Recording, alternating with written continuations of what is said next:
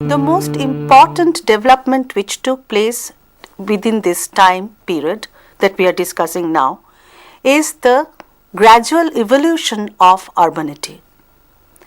This is evident from the findings at least three sites: the site of Raymond Terry, the site of Kalibangan, and the Kotdiji evidence.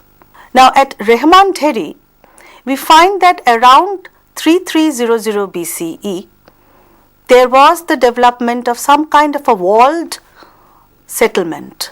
The site is found elevated about 4.5 meters above the surrounding field, and the entire extension of the site goes to about 2 hectares. It's quite a large site. A lot of building activities have gone in here, and the wall that encloses the area is actually a fortification wall which is supported at the base by stone rubble and with mud bricks at the top.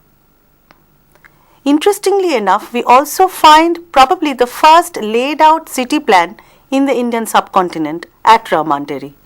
We find that the entire site was divided up into streets which ran at right angles to each other, forming a grid pattern, and within these layout there were several building structures. It is also interesting to note that there are three periods at Raymond Terry.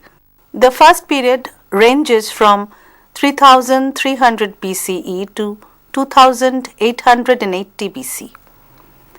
The next period comes to from about 2880 BCE to 2500 BCE.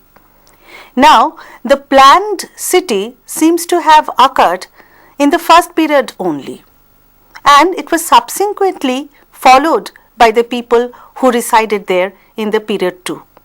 So it seems that already around 3300 BCE, people had experienced an organized semi-urban life there. So we can talk about proto-urbanity at Raymond Terry quite clearly. Now, following this evidence, we have the evidence from Kotdiji.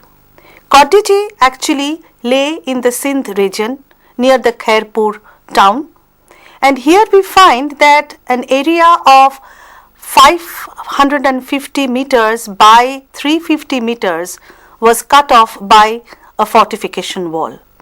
The settlement lay both inside this citadel wall as well as outside this citadel wall. It seems that there was the tradition of acropolis, which was also evident later on in the mature Harappan phase. Now, buildings inside and out both revealed mud brick structures, and the bricks are interesting because we start having mud brick structures from this time onwards. Of course, we evidently noted mud brick structures at Meherkar, but these structures at Kotdiji as well as at Raymond Terry are much more substantial.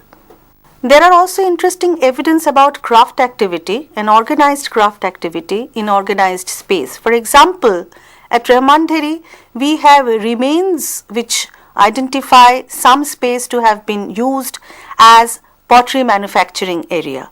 We have evidence for scattered debris of pottery as well as firing devices in one particular area.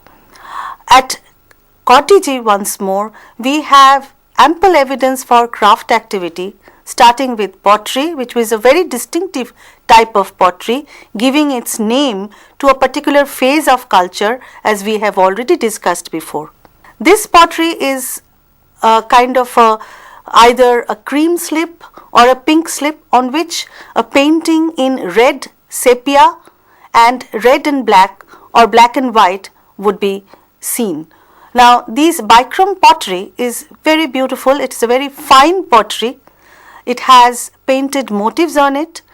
Kotdiji pottery is actually very typical of the early Harappan phase.